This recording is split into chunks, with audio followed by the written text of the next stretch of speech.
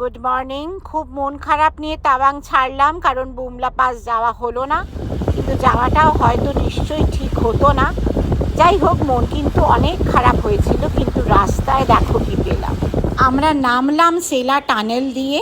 সেলা tunnel হচ্ছে longest বাইনেল tunnel in the world. 9th March 2024 এটা ওপেন হয়েছিল। Altitude is 9,800 feet. আমরা সেলা টানেলে ঢোকার মোটামুটি 45 মিনিট আগে থেকে প্রচণ্ড বরফ পড়তে শুরু করে দিল। রাস্তাঘাট, ওই পাশে সবুজ মিলিটারিদের টিনের চাল সমস্ত ভরে গেল বরফে। গাছ, পাহাড়। অত্যন্ত আশ্চর্যের ব্যাপার যে এই সময় এত বরফ পড়তে আরম্ভ করে দিল। আসলে কি জানো তো, আমার তো ওই বরফ বরফ করে খুব মন খারাপ হয়েছিল। তুমি যদি মনে মনে ভগবানের কাছে কিছু একটা চাও না, ভগবান তোমাকে সেটা পূর্ণ করে দেবেই। মন একেবারে খুশিতে ভরে গেল এই রকম বরফে মোড়া রাস্তা দেখতে দেখতে। উল্টো দিকে যে সমস্ত গাড়িগুলো আসছিল সেগুলো তো পুরো বরফে ঢাকা। এই হচ্ছে এখন বাজে বেলা 12টা। এই আমরা নামছি। আমরা তো বুমলা উঠতে পারিনি, এত বরফ। এই হচ্ছে সেলা টানেল। এটা 1 কিলোমিটার লম্বা। আমরা এটা দিয়ে বেরোবো। তো এইরকম বরফ নাকি জানুয়ারি মাসে পড়ে। সো আমি খুব বরফ করছিলাম। এই যে আই লাভ তাওয়াং, বরফ পড়ছে। দেখো কীরকম সমস্ত, মানে 1 ঘন্টার বরফে সমস্ত ঢেকে গেল। আমার ভীষণ বরফ দেখার ইচ্ছে ছিল, কিন্তু আমার একটু শরীর খারাপের কারণে আমি বুমলা যেতে পারিনি।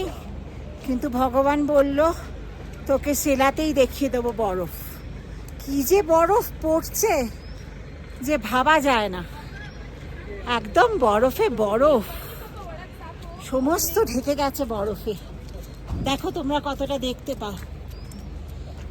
মাই উইশ ফুলফিলড। এখন তো আমি পারফেক্টলি ওকে। সকালবেলা বলছিলাম যাবো বুমলা, বাট তাও পারমিশন দিল না। ওখানেও বলছিল না, যাবেন না। কিন্তু ভাগ্যিস যায়নি, খুব অসুস্থ হয়ে পড়তাম ওখানে গেলে। তাওয়ান থেকে নামার সময় মনের মণিকোঠাতে সুলা টানেলও রয়ে গেল সারা জীবনের মতো।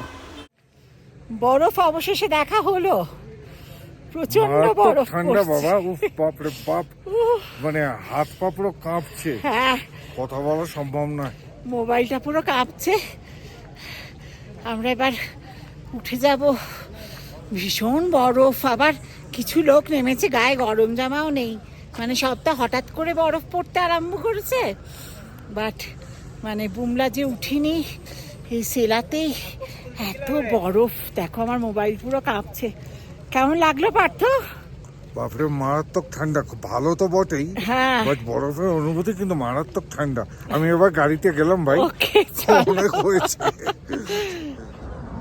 বুদ্ধ বাবাজি তো পুরো বরফে ঢেকে গেছে। সেলা টানেল আমরা ঢুকবো এবার। এই যে সেলা টানেল, তোমরাও চলো আমার সঙ্গে। কিন্তু যা বরফ পেলাম, ও ফুটতে ইচ্ছে করছে না। একদম সব সাদা, পুরো সাদা।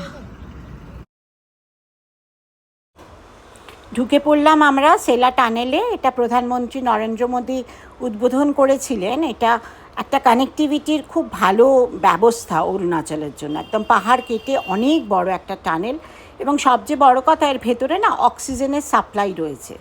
অতএব যে শারীরিক অসুস্থতাটা মানুষের হয়, সেটা এই সেলা টানেল দিয়ে পাস করার সময় একদম সাবসাইড করে যায়।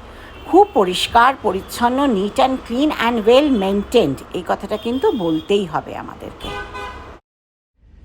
আর একটা টানেলে ঢুকছি আমরা। এগুলো সবই বর্ডার সিকিউরিটি ফোর্সের বানানো টানেল। এই যে এটা আর একটা বর্ডার রোড অর্গানাইজেশন। আগেরটা ছিল 2 কিলোমিটার মতো টানেল, এইটা 1 কিলোমিটার। এই দুটোই হচ্ছে সুলা টানেল।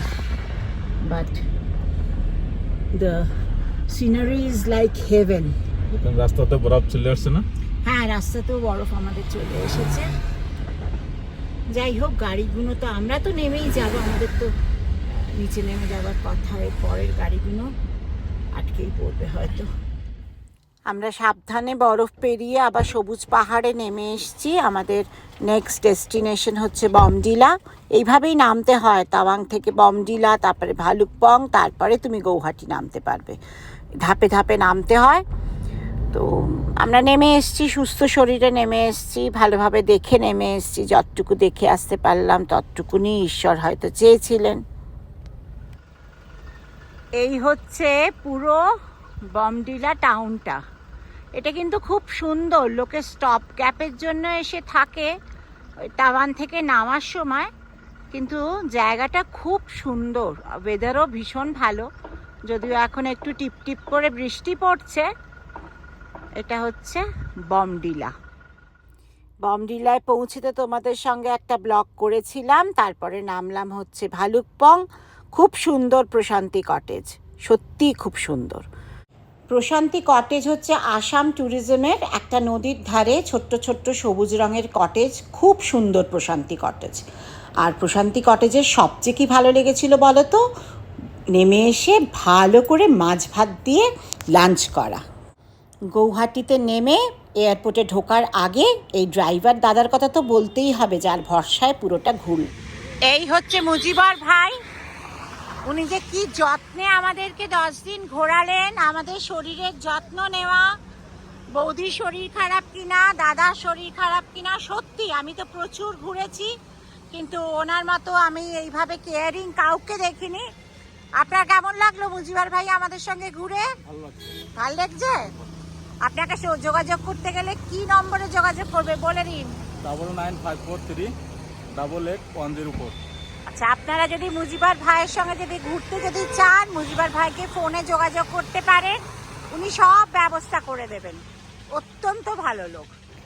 গৌহাটি এয়ারপোর্ট থেকে কলকাতার ডাইরেক্ট ফ্লাইটে ফিরে এলাম নিজের শহরে। আমাদের অরুণাচলের গল্প শেষ হলো। আমার এরকম বুড়ো বুড়ির গল্প যদি তোমাদের শুনতে ইচ্ছে করে, তাহলে ওই like, share and subscribe to my channel and don't forget to press the bell icon. আবার আসবো তোমাদের সঙ্গে একটা নতুন জায়গা ঘোরার গল্প নিয়ে। এখনকার মতো বাই বাই।